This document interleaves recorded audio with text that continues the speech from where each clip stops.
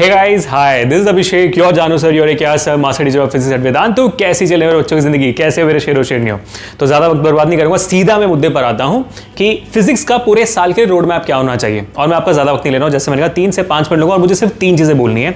अगर आपने स्ट्रिक्टली इन 3 चीजों का फॉलो किया तो फिर फिजिक्स में ऐसा कोई टीचर नहीं होगा, ऐसा कोई इन्विजिलेटर, ऐसा कोई एग्जामिनर नहीं होगा जो आपके मार्क्स काट सकते हैं। भाई मौका ही नहीं दिया जाएगा उनको, है ना।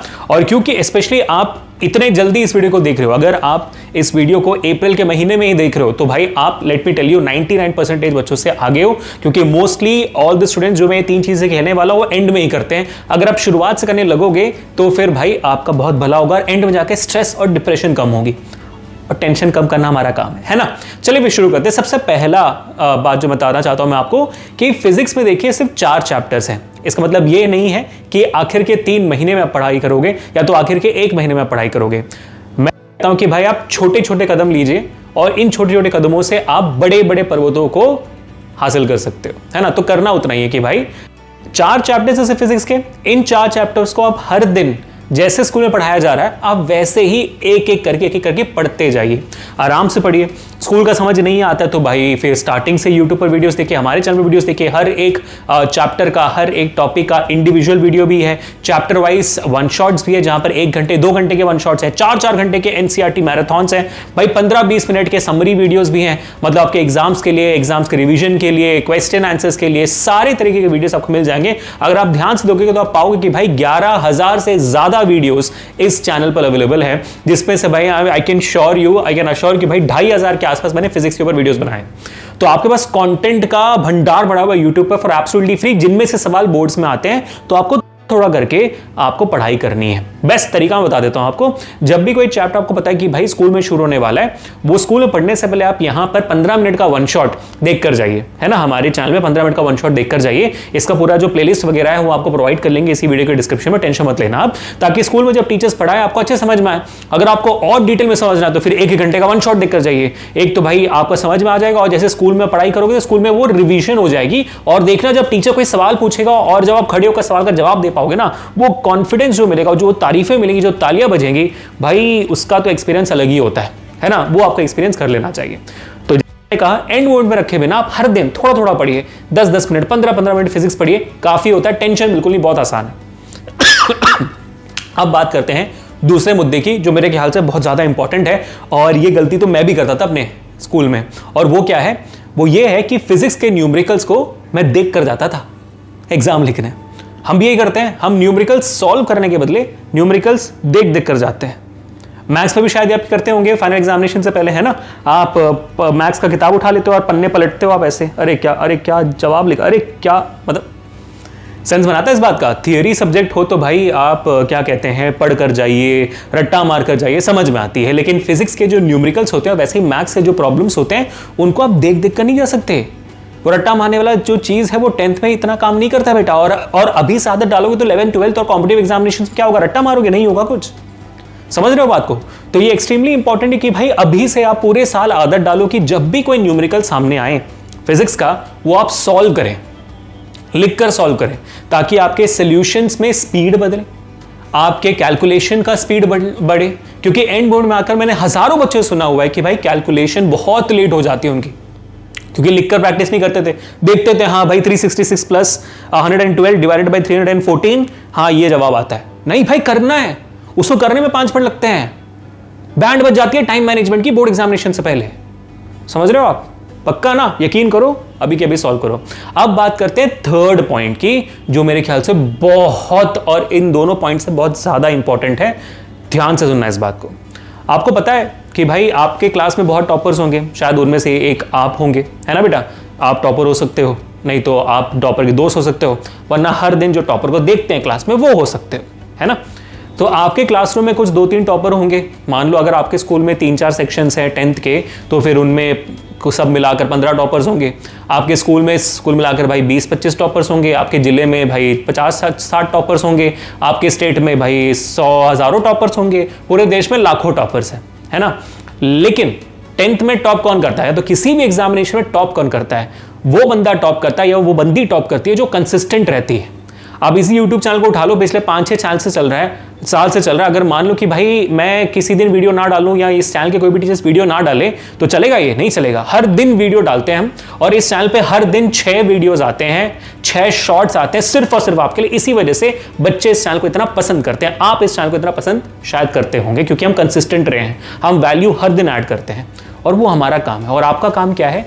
कंसिस्टेंटली पढ़ाई करना पूरे साल।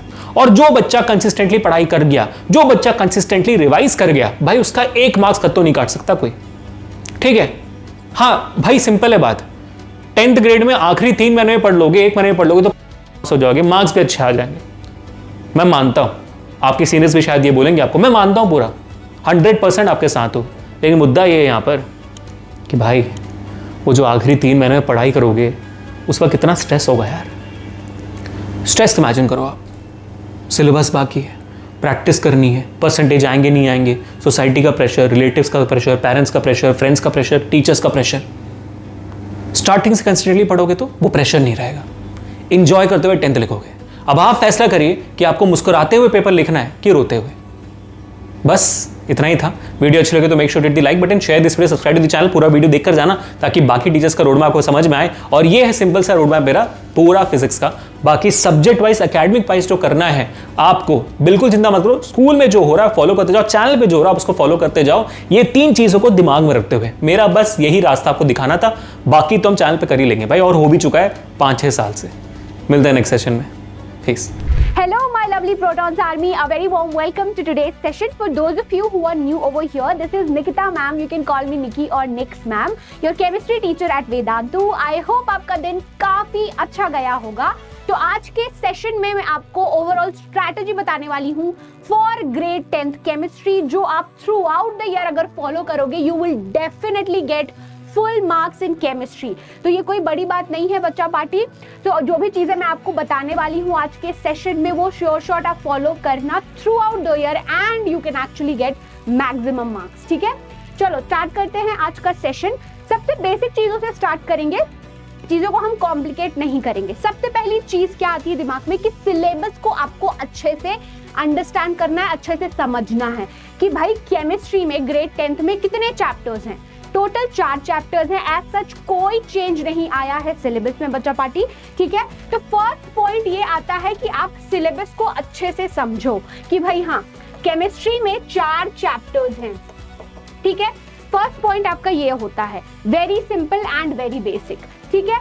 अब कौन कौन से चैप्टर है ग्रेड 10th केमिस्ट्री में? 4 चैप्टर जो कि अभी मैंने बोला। फर्स्ट चैप्टर आपका है केमिकल रिएक्शंस एंड इक्वेशंस। चारों चैप्टर में से सबसे इजी चैप्टर है केमिकल रिएक्शंस एंड इक्वेशंस, ठीक है? अब जब आप फर्स्ट चैप्टर पढ़ोगे बच्चा पार्टी, ग्रेड 10th केमिस्ट्री जब आप स्टार्ट करोगे, एक चीज पक्का से फॉलो करना, that is actually brushing up your basics, ठीक है? ब्रश अप योर बेसिक्स, क्योंकि अगर आपके बेसिक्स अच्छे होंगे, what do I refer here from basics of chemistry? Symbol of element, chemical formula making, valency, ये सारी चीजें अच्छे से आपको क्लियर होगी। ग्रेड 10th में दिक्कत बिल्कुल भी नहीं होगी। बहुत सारे बच्चे ये गलती करते हैं कि वो बेसिक्स को स्ट्रॉन्ग नहीं करते, फिर उनको ग्रेड 10th में स्ट्रगल करना पड़ता है। So I as your master teacher will definitely suggest कि आप बेसिक्स को काफी अच्छा करना, ठीक है? फर्स्ट चैप्टर आपका हो गया chemical reactions and equations. Chapter number 2 acids bases and salt. Acid basis का जो आपने डेफिनेशन पढ़ा है छोटे क्लास में, आप कुछ एडवांस डेफिनेशन पढ़ोगे, एप्लीकेशन बेस्ड चीजें पढ़ोगे, इंडिकेटर्स के बारे में पढ़ोगे। वेरी नाइस चैप्टर, ठीक है? अब नेक्स्ट आपका चैप्टर है metals and non metals. Metals and non metals भी काफी अच्छा और इंटरेस्टिंग चैप्टर है। मेटल्स एंड नॉन मेटल्स में एक पार्ट में हमें जो बच्चों को दिक्कत आती है, that is in the refining of metals, ठीक है? वो चीज भी हम इन डिटेल पढ़ेंगे। एनीवेज सारे चैप्टर्स हम डिटेल में पढ़ेंगे। तो रिफाइनिंग ऑफ मेटल्स एक ऐसा टॉपिक है जिसमें बच्चों को दिक्कत आती है, तो इस पे आप थोड़ा और ज्यादा ध्यान देना, ठीक है? फिर ये बच्चों का बहुत ही फेवरेट सा चैप्टर रहता है ऑर्गेनिक केमिस्ट्री का, which is carbon and it's compounds, ठीक है? अब फेवरेट चैप्टर मैं क्यों बोल रही हूँ? क्योंकि इस पर्टिकुलर चैप्टर में आपको इस पर्टिकुलर चैप्टर के साथ थोड़ा ज्यादा वक्त बिताना होगा, ठीक है? ये ऑर्गेनिक केमिस्ट्री का पार्ट है। इसमें हम isomers, IUPAC, naming of compounds, reactions, ये सारी चीजें पढ़ेंगे। और ये कार्बोनेट कंपाउंड को जो आइसोमर्स, IUPAC और रिएक्शन पढ़ोगे वो आपको 11th और 12th में भी काम आएगा, ठीक है। तो कार्बोनेट कंपाउंड्स अगेन बहुत ही ज्यादा इंपॉर्टेंट चैप्टर है, बिल्कुल भी हल्के में मत लेना।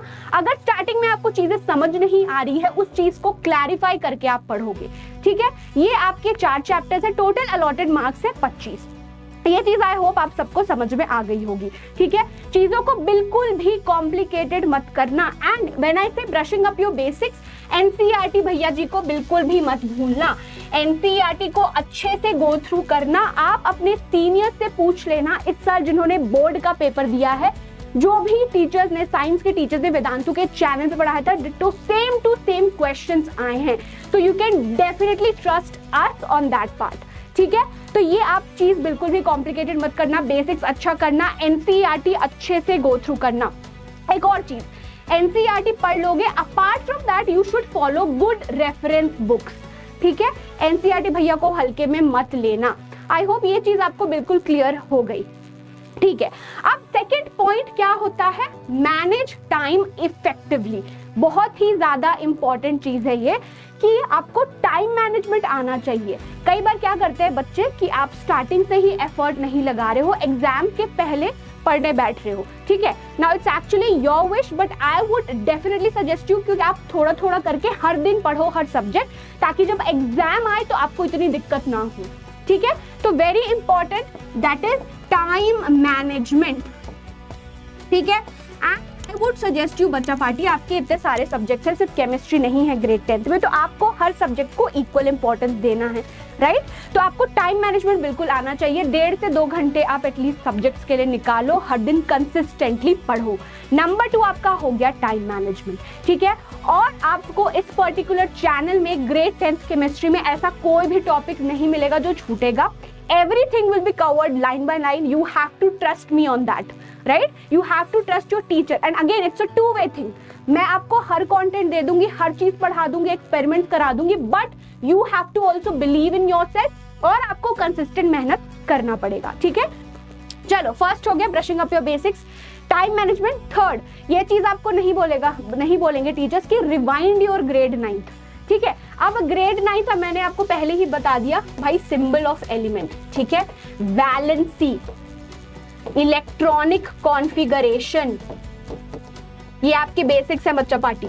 इसको आपने स्ट्रॉन्ग कर लिया, एग्जाम में पक्का 4 के आओगे, ठीक है। तो जैसे कि एटॉमिसिटी हो गया, ठीक है, केमिकल फॉर्मूला हो गया, बैलेंसिंग तो अभी आप ग्रेड 10 में पढ़ोगे। सिंबल अच्छे से गो थ्रू करना, बहुत सारे बच्चे ये गलतियां करते हैं कि आप सिंबल इनकरेक्ट लिख रहे हो, केमिकल फॉर्मूला इनकरेक्ट लिख रहे हो।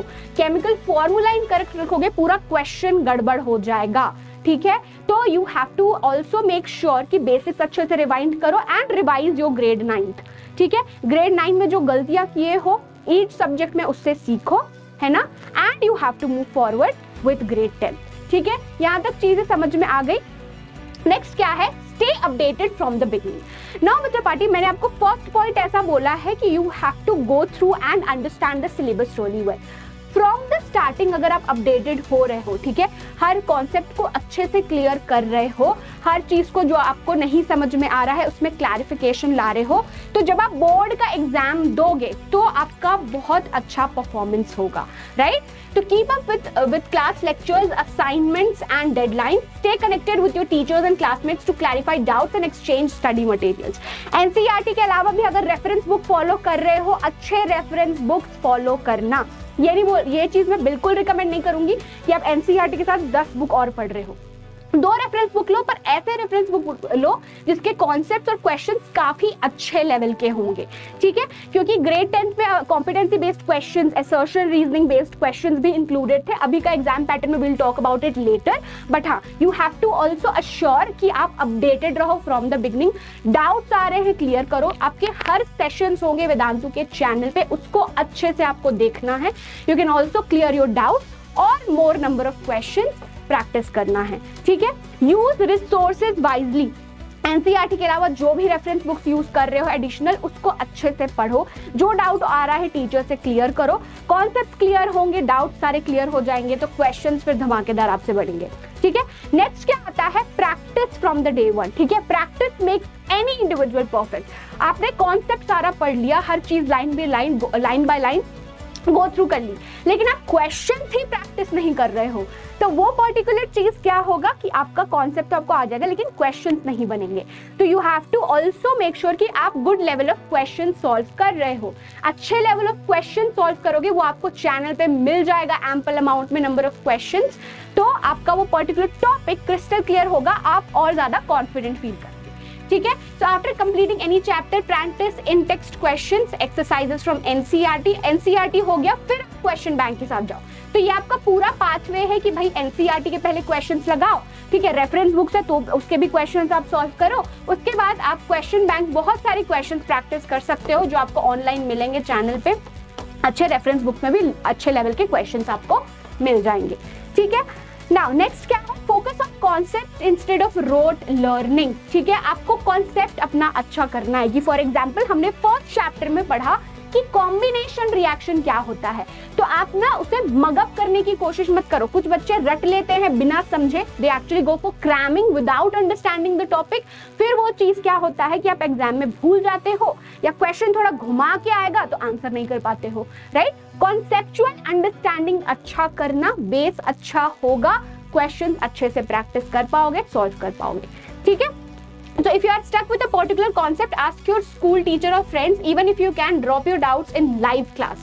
तो मैंने जैसा कि बोला, इस चैनल पे आपको किसी चीज की कमी नहीं होगी, सारे रिसोर्सेज कॉन्सेप्ट एकदम क्रिस्टल क्लियर होंगे, लाइव क्लासेस में जो हम आपके डाउट्स रहते हैं वो भी क्लियर हो जाएंगे, राइट। तो कॉन्सेप्चुअल अंडरस्टैंडिंग अच्छा करना rather than just cramming it out। ठीक है, तो ये आपकी पूरी स्ट्रैटेजी रहेगी। 3 ऐसी गलतियां जो बच्चे करते हैं ग्रेड 10th में, बिल्कुल भी वो आप अवॉइड करना। एक तो मैंने बोला कि सिर्फ रट लेना, क्रैम कर लेना, you actually go for cramming without having the conceptual understanding, वो मत करना। एनसीईआरटी को ओवरलुक करते हैं कि भाई एनसीईआरटी तो है, नहीं, एनसीईआरटी इंपॉर्टेंट है, उसके अलावा आप रेफरेंस बुक्स फॉलो करना।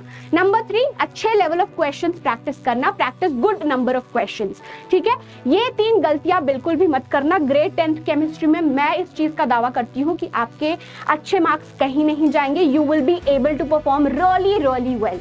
ठीक है, आई होप आज का सेशन काफी यूजफुल लगा। You can follow me on Instagram and Telegram as well. Definitely subscribe कर देना चैनल को बच्चा party, do share it with your friends. See you very soon, happy learning everyone, bye bye. हे सेज, आप सबके टीचर्स ने अपने अपने सब्जेक्ट से रिलेटेड रोड मैप आपको बता दिया होगा कि आपको क्लास 10th के लिए प्रिपरेशन कैसे अपनी स्टार्ट करनी है। तो आज इस सेशन में ना आपको मैं बायो से रिलेटेड आपका रोड मैप बताने वाली हूँ। क्यों? क्योंकि भाई अभी थोड़े दिन पहले ही आपके सीबीएसई ने लेटेस्ट करिकुलम रिलीज किया था, जिसके अकॉर्डिंग आपको अपना पूरा सिलेबस पढ़ना पड़ेगा इस पूरे एकेडमिक ईयर में, दैट इज द 2024-25। तो अगर मैं पर्टिकुलरली बायो की बात करूँ ना, तो बहुत सारी मिस्टेक्स आप लोग यूजुअली करते हो from the beginning of the year, जो आपको अवॉइड करनी है। तो सबसे पहली चीज मैं आपसे यही बोलना चाहूंगी कि आपको प्रिपरेशन स्टार्ट करनी है, लेकिन सिर्फ और सिर्फ एक बुक के साथ, और वो है आपकी एनसीईआरटी। बच्चे ना यूजुअली एनसीईआरटी बुक को काफी नेग्लेक्ट कर देते हैं, उनको लगता है कि एनसीईआरटी में प्रॉपर इंफॉर्मेशन नहीं गिवन है, बट ये आपका मिथ है, ये आपका मिसकंसेप्शन है। एनसीईआरटी में जितनी भी लाइंस हैं, जितने भी डायग्राम्स बने हुए हैं, जितनी भी एक्टिविटीज दी हुई हैं, वो सब आपके लिए बहुत इंपॉर्टेंट है। तो आप लोग जो अपना पढ़ना स्टार्ट करोगे, वो चाहे स्कूल में आपको जो भी पढ़ा रहे हो या मैं आपको जो भी पढ़ाऊंगी, उसको आपको सेल्फ स्टडी अपनी एनसीईआरटी बुक से ही करना है। सेकंड चीज मैं यही बोलूंगी कि मैंने अभी मेंशन किया सेल्फ स्टडी। देखो, जितना भी पढ़ करके आ जाओ कोचिंग से, स्कूल से, हमसे, आपको वो सारे टॉपिक्स खुद से एक बार जरूर पढ़ने पड़ेंगे, सेल्फ स्टडी जरूर करना पड़ेगा। क्यों? क्योंकि जरूरी नहीं होता कि कभी कभी आपको क्लास में बैठे बैठे वो सारी चीजें समझ में आ गई हैं, लेकिन आपको वो पर्सनल लेवल पे समझ आई है कि नहीं आई है। तो वो पर्सनल लेवल पे समझ आई है कि नहीं आई है, ये आपको खुद से सेल्फ स्टडी करके चेक करना पड़ेगा, और इसके लिए आपको कंसिस्टेंट रहना पड़ेगा। बच्चे यूजुअली सेल्फ स्टडी को अवॉइड करते हैं, उनको लगता है कि मतलब जो मैं कोचिंग में पढ़ के आया हूँ, जो मैं स्कूल में पढ़ रहा हूँ, या जो मैं ऑनलाइन बैचेस में पढ़ रहा हूँ, वो उतना मेरे लिए ठीक है, लेकिन ऐसा नहीं होता है। एक बार सेल्फ स्टडी जरूर करनी पड़ती है आपको हर एक सब्जेक्ट के लिए, और बायो के लिए तो मैं स्पेशली बोलूंगी। क्यों? क्योंकि भाई बायो में तो इतनी सारी इंफॉर्मेशन दी हुई होती है, जिसको आपको मेमोराइज भी करना पड़ता है और आपको समझना भी पड़ता है। अब समझना इसीलिए बोल रही हूँ क्योंकि आपके जो सीबीएसई बोर्ड्स के एग्जाम्स होते हैं क्लास 10th के, वो मोस्टली क्वेश्चंस उसमें कॉम्पिटेंसी बेस्ड आते हैं। कॉम्पिटेंसी बेस्ड का मतलब ये होता है कि जो भी टॉपिक्स आप पढ़ रहे हो, अगर उसका आपका कंसेप्ट क्लियर नहीं है तो आप वो क्वेश्चंस डायरेक्टली सॉल्व नहीं कर पाओगे। तो इसीलिए आपको थोड़ा कंसेप्ट पे फोकस स्टार्टिंग से ही रखना ज़्यादा ज़रूरी है, रैदर देन रट्टू तोता की तरह उसको मेमोराइज करना।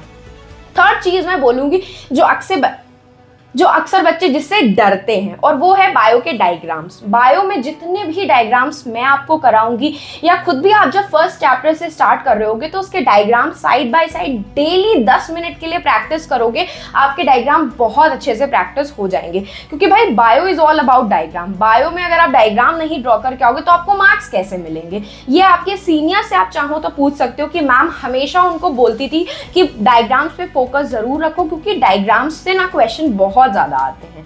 तो भाई ये तो बिगनिंग का हो गया कि आपको स्टार्ट फर्स्ट चैप्टर से करना है, सिलेबस के एनालिसिस करनी है, तभी आपको पता चलेगा कि आपको एक्चुअली में पढ़ना क्या क्या है। बायो की बात करूं तो आपके 5 चैप्टर्स आ जाएंगे बायो में, और फर्स्ट चैप्टर उसका रहेगा लाइफ प्रोसेस का, जिसको मैं डिटेल में पढ़ाऊंगी। वो एनसीईआरटी से भी पढ़ाऊंगी आपको, इवन आपके स्ट्रैटेजिक सेशंस भी रहेंगे, लाइफ प्रोसेस से रिलेटेड क्विजेस भी हम प्रैक्टिस करेंगे, कॉम्पिटेंसी भी प्रैक्टिस करेंगे। ये हर एक सेशंस के लिए और हर एक चैप्टर के लिए आपका चलेगा। फोर्थ नंबर पे आपको मैं ये बताऊंगी कि आपको सैम्पल पेपर्स को अवॉइड नहीं करना है। ये आपका काफ़ी लेट में चलेगा कि सैम्पल पेपर्स कब आपको प्रैक्टिस करना स्टार्ट करना है। उससे पहले आपका रहेगा थ्योरेटिकल पोर्शन, कि उसको समझने पे ज़्यादा फोकस करना है, उसकी अंडरस्टैंडिंग पे आप ज़्यादा फोकस रखना रैदर देन उसको मेमोराइज करने पे। अब मैं नेक्स्ट पॉइंट मैं आपसे यही चीज़ बोलूँगी कि मतलब बच्चे ना ज़्यादातर कंसिस्टेंसी मेंटेन नहीं करते हैं। आप बहुत सारे अपने सीनियर से पूछोगे ना तो उनको आप उनसे पता चलेगा आपको उनसे कि मतलब जो एग्ज़ाम्स होते हैं वो बहुत ही ईजी आते हैं। क्लास 10 के एग्ज़ाम्स जो बोर्ड्स वाले थे वो भी काफ़ी ईजी आते हैं, लेकिन ये उन बच्चों को ईजी लगते हैं ना जो कंसिस्टेंटली डेली ही पढ़ाई करते हैं। डेली पढ़ने का मतलब ये नहीं होता कि आप 6-6 घंटे 7-7 घंटे पढ़ाई करो, भाई 1-2 घंटा भी आपने प्रॉपर टाइम दे करके अपने आप को सेल्फ स्टडी कर लिया ना, बस मोर देन एनफ होता है वो आपका। तो क्या करना है, आपको कंसिस्टेंटली स्टडी करना है from the beginning of the year से। धीरे धीरे करके चीज़ें पढ़ते रहोगे टाइम टू टाइम, तो इतना ज़्यादा पाइलअप नहीं हो जाएंगी चीज़ें आपकी लास्ट में जब बोर्ड एग्जाम आएगा, क्योंकि टाइम तो आपके पास लिमिटेड है। बोर्ड तो अपने अकॉर्डिंग टाइम पे ही होगा, ये तो नहीं है कि तुमने प्रिपेयर नहीं किया तो मैं बोर्ड्स लेट करवाऊंगा, ऐसा तो हो नहीं का। तो इसीलिए आपको कंसिस्टेंटली ही पढ़ाई करनी है। और बायो में तो भाई बच्चों को एक प्रॉब्लम बहुत फेस करनी पड़ती है बायो में। सबसे पहली चीज़ तो मैंने आपको बताई डायग्राम की। डायग्राम डेली प्रैक्टिस करना है, मैक्स टू मैक्स 10 मिनट्स, इससे ज़्यादा कुछ नहीं। दूसरी प्रॉब्लम उनको ये फेस करनी पड़ती है ना कि बहुत सारी इंफॉर्मेशन है, सबको वो रटने लग जाते हैं। तो रटो, मेमोराइज आपको करना पड़ेगा। ये मिथ है एकदम कि मतलब रटने से कुछ नहीं होगा, रटना तो पड़ेगा भाई, बायो में तो आपको रटना पड़ेगा, लेकिन अंडरस्टैंडिंग द कंसेप्ट के साथ साथ आपको मेमोराइजेशन करना है। कंसेप्ट को समझ करके रटोगे तो आंसर्स प्रॉपरली फ्रेम कर पाओगे, प्रैक्टिस कर पाओगे। और लास्ट में आपको मैं यही बोलूंगी कि हमें फॉलो करना बिल्कुल भी मत भूलना Vedantu 9th and 10th channel को, क्योंकि इसी एक पर्टिकुलर चैनल पे आपके फिजिक्स के, केमिस्ट्री के, बायो के, मैथ्स की सबकी चीजें प्रैक्टिस हम ही लोग करवाने वाले हैं, आपकी बिगनिंग ऑफ द ईयर से लेकर के एंड ऑफ द ईयर तक आपकी। और अगर मैं लास्ट में आपकी बुक्स की बात करूं, जो आप बहुत कंफ्यूज रहते हो कि मैम कोई रेफरेंस बुक्स लेनी है कि नहीं लेनी है, हाँ या ना, हाँ या ना, हाँ या ना रहता है, तो देखो रेफरेंस बुक ले सकते हो, लेकिन पहली प्रायोरिटी अपनी एनसीईआरटी बुक्स को ही रखना। उसके बाद आप लोग एनसीईआरटी बुक्स के बाद कोई रेफरेंस बुक प्रेफर कर सकते हो, लेकिन रेफरेंस बुक पे ज़्यादा रिलाय मत करना। बेटर है कि आप एनसीईआरटी बुक्स पे ज़्यादा रिलाय करो कंसेप्ट को समझने के लिए। अगर आपको कोई क्वेश्चंस प्रैक्टिस करने हैं तो हमारे चैनल पे आपको हम सब क्वेश्चंस प्रैक्टिस करवाएंगे, डोंट वरी, ठीक है। और उसके अलावा भी आपको क्वेश्चंस प्रैक्टिस करने हैं तो आप ओसवाल की बुक, एग्जाम आइडिया की बुक्स प्रेफर कर सकते हो, लेकिन ये मिड ऑफ द सेशंस में, जब आपके टर्म 1 स्टार्ट होंगे या फिर आपके टेस्ट वगैरह स्टार्ट होने वाले होंगे। अभी से ही इतना हड़बड़ाने की जरूरत नहीं है, बेसिक से स्टार्ट करो एकदम। सिलेबस को चेकआउट करो कि कितने टॉपिक्स हैं बायो में, हमें उनमें क्या क्या पढ़ना पड़ेगा, और स्टार्ट करो अपने चैप्टर 1 की रीडिंग के साथ। और मैं आपको एक गोल्डन टिप यही दूंगी कि जब स्कूल में कोई चीज़ पढ़ाई जा रही है या फिर मैं आपको यहाँ पे कुछ भी पढ़ाऊंगी, तो उससे पहले अपने आप से एक बार वो चैप्टर ज़रूर रीड कर लेना, ताकि जब मैं आपको वो चीज़ समझाऊँ वो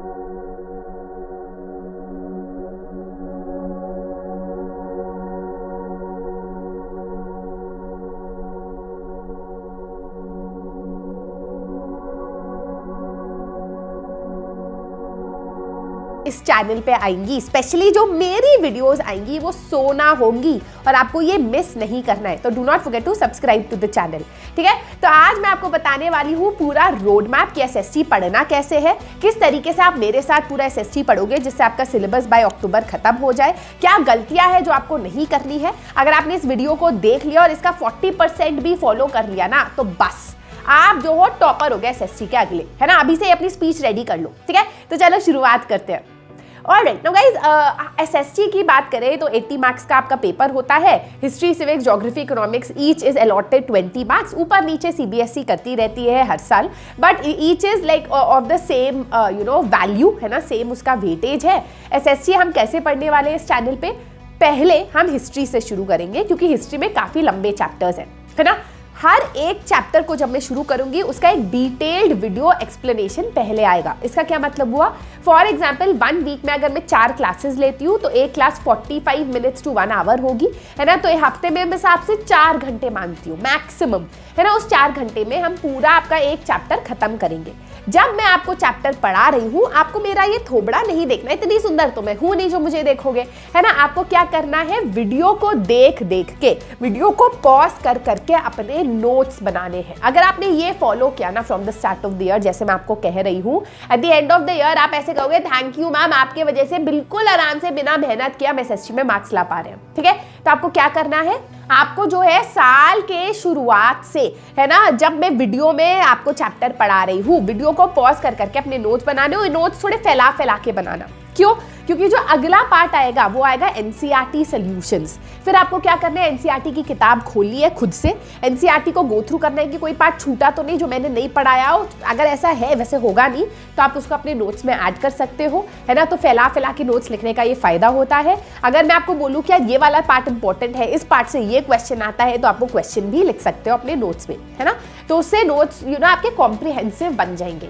फिर आप एनसीईआरटी सॉल्यूशंस भी आपको चैनल पे मिलेंगे अलॉन्ग विद द पीडीएफ, तो आप एनसीईआरटी सॉल्यूशंस भी कर लोगे। उसके बाद जो है उस चैप्टर के 10 मोस्ट रिपीटेड पीवाईक्यू चैनल पे आएंगे।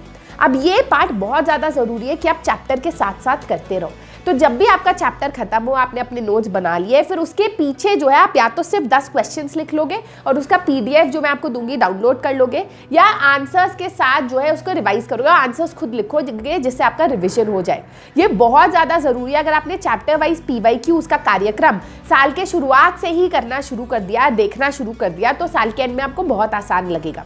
उसके बाद हम लोग एमसीक्यू प्रैक्टिस करेंगे in the form of week quiz of that chapter, जिसमें हम 20 से 50 क्वेश्चंस करेंगे हर चैप्टर के एमसीक्यू, जिसमें असर्शन रीजन होगा, पिक्चर बेस्ड क्वेश्चन होगा, कॉम्पिटेंसी क्वेश्चंस होंगे, है ना। तो एक तरीके से आपका एमसीक्यू प्रैक्टिस भी मैं आपको करा दूंगी। तो रेफरेंस बुक्स खरीदने की जरूरत नहीं है। What I will make you do should be enough, ठीक है। एंड फिर फाइनली चैनल पे आएगा 1 शॉट वीडियो उस चैप्टर का, जो 20 मिनट का वीडियो होगा, जिसको देख के आप पूरे चैप्टर को रिवाइज कर सकते हो। तो that is going to be the framework for each and every chapter of SST. And मेरा एम है by September and till the time we come to October आपका जो है पूरा का पूरा सिलेबस खत्म हो जाएगा, ठीक है, along with PYQs, along with important MCQs, NCERT solution, सब कुछ।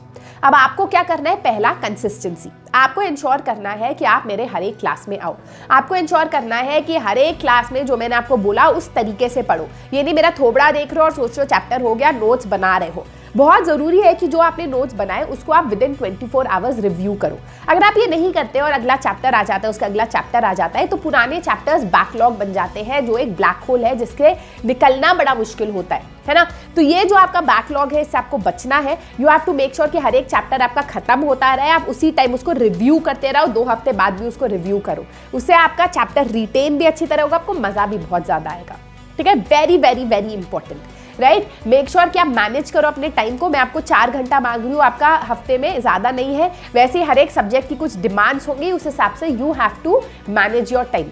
24 घंटे देखो बच्चों सबके पास होते हैं ना 24 घंटे, है ना। पूरी दुनिया घूम जाती है 24 घंटे में। 24 घंटे में बिल गेट्स के पास भी होते हैं, नरेंद्र मोदी हमारे प्रधानमंत्री के पास भी, और हमारे पास भी है। हम कैसे इस वक्त को इस्तेमाल करते हैं वो हमारे हाथ में है। क्या हम उसको वेस्ट करते हैं, है ना, बेकार की चीज़ें करने में, बेकार की बातों में पढ़ने में, या हम अपने आप को फोकस कराते आते हैं, तो make sure that you are focused. याद रखना क्लास 10th में आखिरी में भी पढ़ के बच्चे अच्छे मार्क्स ले आते हैं, लेकिन वो बच्चे ना 11th 12th में बहुत ज्यादा टक्कर खाते हैं क्योंकि उनको आदत नहीं होती पढ़ने की। तो आदत डाल लोगे ना अगर पढ़ाई में मजे की, तो 11th 12th में भी आपको बहुत काम आएगा और आपको बोर्ड एग्जाम देने में भी बहुत मजा आएगा।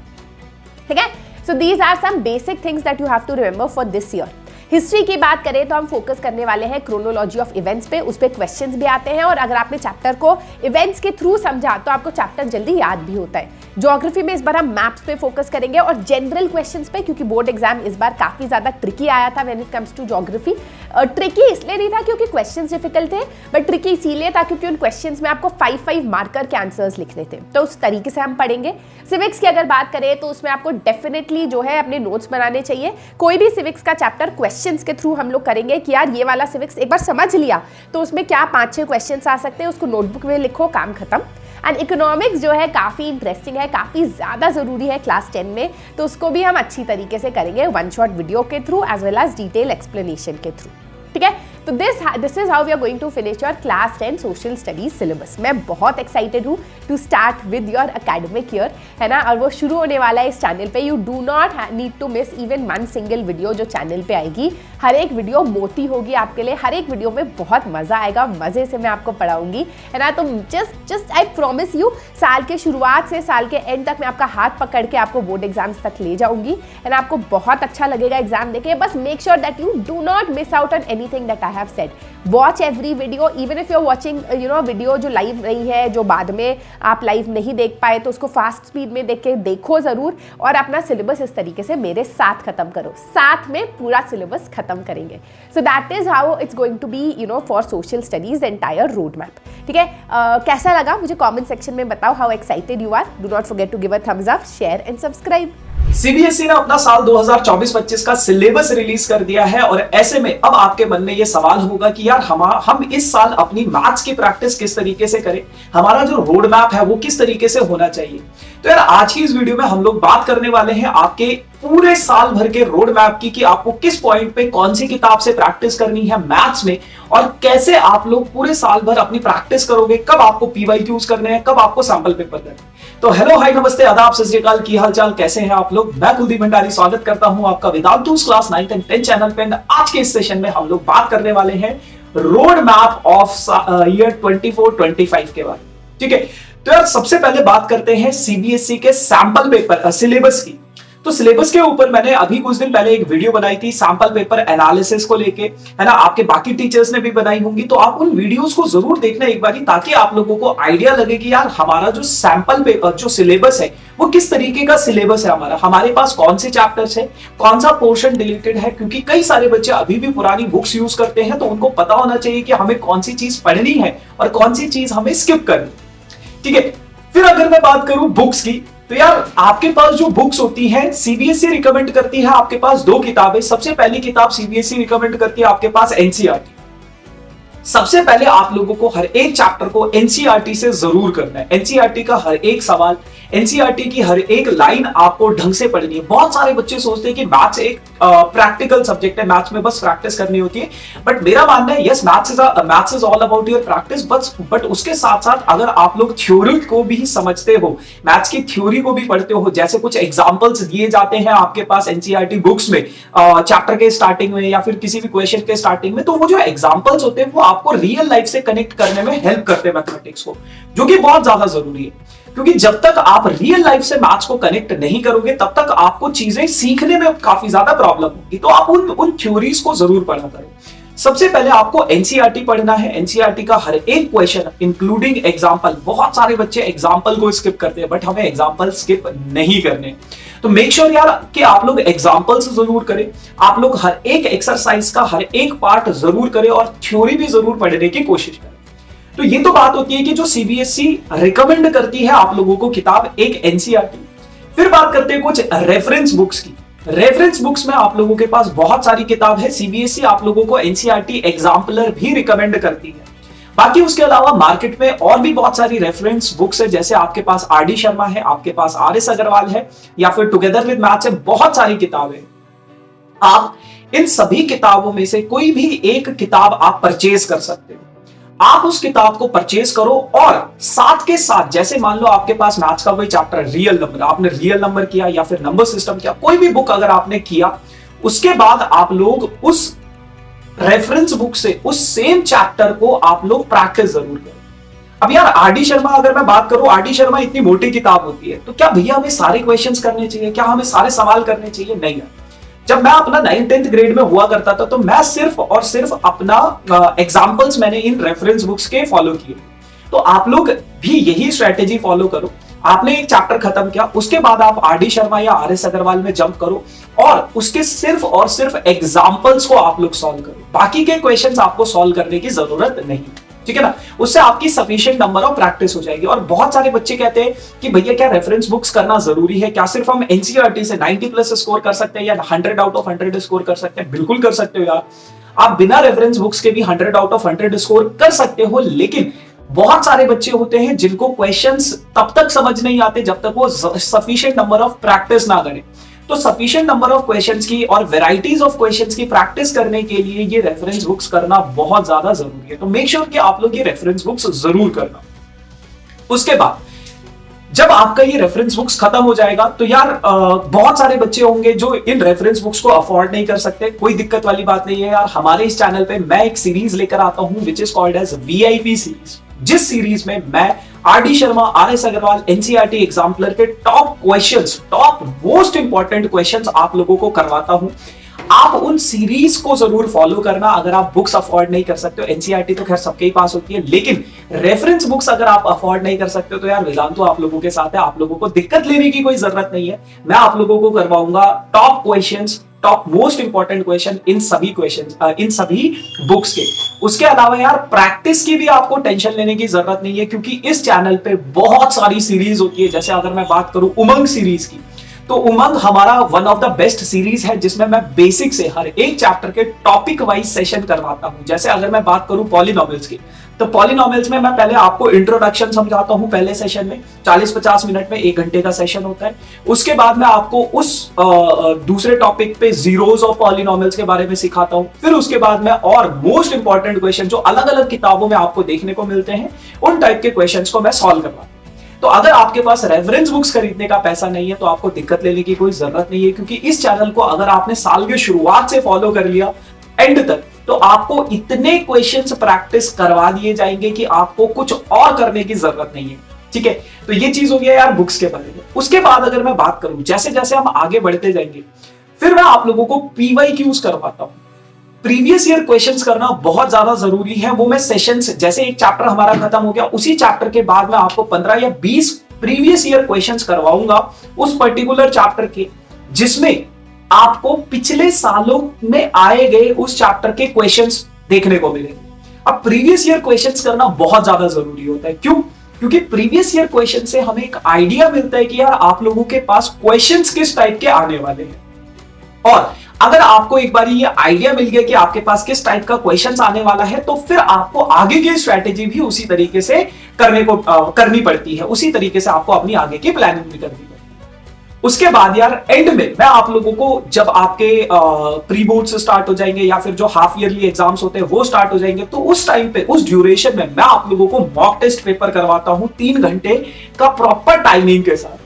उससे क्या होता है कि आप लोगों का टाइम मैनेजमेंट का इश्यू सॉल्व हो जाता है। कुछ बच्चों का प्रॉब्लम होता है कि भैया 3 घंटे में हमारा पेपर सॉल्व नहीं हो रहा है। उस मॉक टेस्ट पेपर को करने से, इतने मॉक टेस्ट पेपर हम लोग प्रैक्टिस करते हैं कि, और इसी चैनल पे होता है, सारा कुछ इसी चैनल पे होता है, तो इतने मॉक टेस्ट पेपर हम प्रैक्टिस कर लेते हैं कि बच्चों के कमेंट्स अगर आप हमारी वीडियोस में देखोगे ना, तो वो कहते हैं कि भैया हमारा 2 घंटे में पेपर खत्म हो गया। पहले हमारा 3 घंटे में भी खत्म नहीं होता था, लेकिन अब हमारा 2 घंटे में पेपर खत्म हो गया। और जो क्वेश्चंस आपने करवाए हैं सेशन में, वही क्वेश्चन हमारे एग्जाम्स में है। क्योंकि यार एग्जामिनर जो होता है ना, वो because we have that much of experience, मैं पिछले 10 सालों से पढ़ा रहा हूं, तो मुझे पता है कि एग्जामिनर किस टाइप का क्वेश्चंस आपके एग्जाम में देगा और किस किस टाइप के क्वेश्चंस बन सकते हैं मैक्सिमम, है ना। तो उन सभी टाइप के क्वेश्चंस की हम इतनी प्रैक्टिस कर लेते हैं कि वो जितने भी क्वेश्चंस आते हैं ना आपके पास, वो सब हलवा लगने लग जाता है। तो यार ये हमारा पूरे साल भर का रोड मैप रहने वाला है इस चैनल के ऊपर। मेक श्योर कि आप लोग इस चैनल से जरूर जुड़े रहना।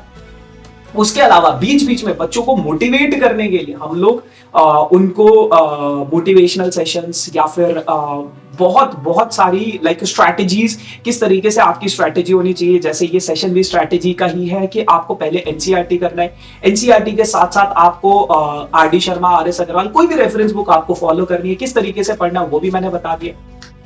उसके अलावा यार एक बहुत जरूरी चीज ये है कि अगर आप लोग साल के शुरुआत से थोड़ा थोड़ा पढ़ोगे, एंड में आपके पास बर्डन उतना नहीं बचेगा। तो साल में आपको शुरुआत से ही थोड़ा थोड़ा चीजें करके करना है। जैसे इस चैनल पे अगर मैं अपनी बात करूं तो मेरा 1 घंटे का डेली एक सेशन होगा लगभग, है ना। आप वो 1 घंटा अगर पढ़ लोगे तो आपका मैथ्स का सारा प्रॉब्लम्स खत्म हो जाएगा। आपको 1 घंटे से ज्यादा और कुछ करने की जरूरत नहीं है। बाकी अगर आपने उन्हीं क्वेश्चन को प्रैक्टिस कर लिया है साथ के साथ, तो फिर सफिशिएंट नंबर ऑफ क्वेश्चंस की आप लोगों के पास प्रैक्टिस हो जाएगी, है ना। तो यार yes, this is all about for this session. बाकी make sure do like, share and subscribe this channel for these type of amazing videos.